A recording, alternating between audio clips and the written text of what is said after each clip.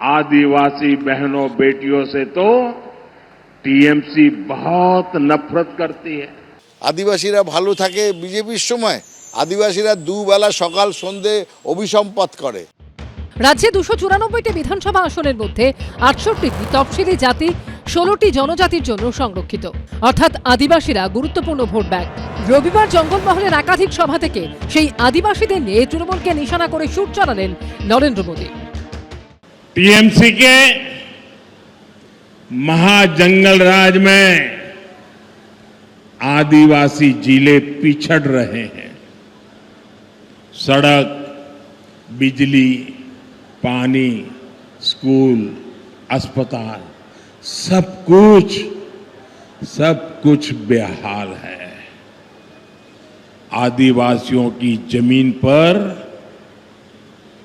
आदिवासियों का कब्जा नहीं है। आदिवासियों की जमीन पर टीएमसी का सिंडिकेट कब्जा करके बैठ गया है।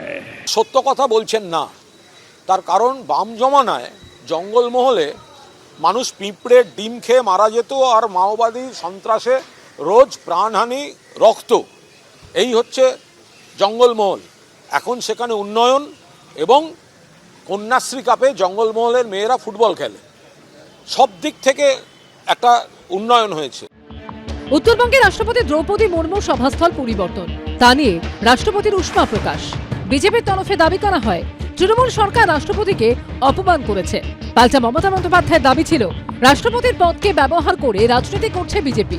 মার্চ মাসের গোড়ার দিকে এই নিয়ে উত্তাল হয়েছিল জাতীয় রাজনীতি।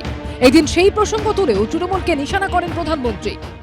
आज पूरी दुनिया राष्ट्रपति द्रौपदी मुर्मू जी का सम्मान करती है, लेकिन आदिवासी विरोधी टीएमसी उनका अपमान करती है। यहां बंगाल में जब राष्ट्रपति जी आई तो टीएमसी ने कैसे उनका अपमान किया, ये पूरे देश ने देखा है।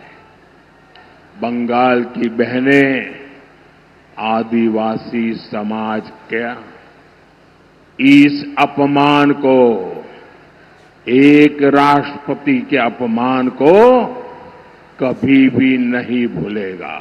রাষ্ট্রপতি হঠাৎ না জানিয়ে চলে আসবেন কেন? আর কাদের অনুষ্ঠানে আসছেন? একটা প্রাইভেট অনুষ্ঠান।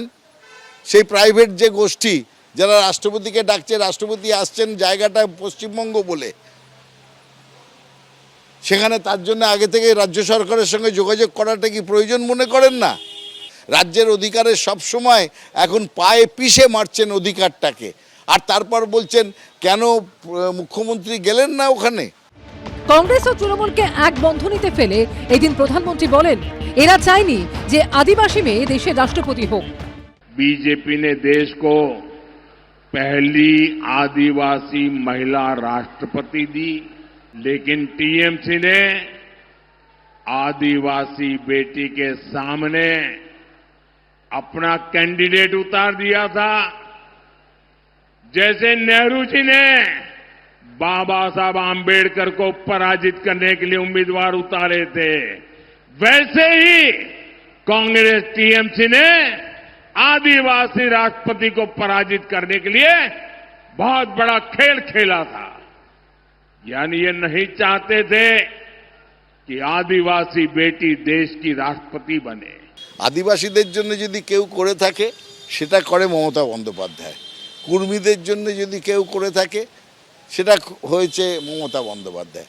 এই রাজ্যে মমতা বন্দ্যোপাধ্যায় আর পাশের রাজ্য ঝাড়খণ্ডে হেমন্ত সোরেন, তারা হচ্ছে আদিবাসী সমাজের এম্পাওয়ারমেন্টের প্রতিভূ। দুপক্ষই বলছেন তারা আদিবাসীদের পক্ষে, কিন্তু আদিবাসীরা কাদের পক্ষে বোঝা যাবে ভোটের ফল প্রকাশের পর। অর্ণব মুখোপাধ্যায়, সন্দীপ সরকার ও সুদীপ্ত আচার্য রিপোর্ট, এবিপি আনন্দ। এবিপি আনন্দ, এগিয়ে থাকে, এগিয়ে রাখে।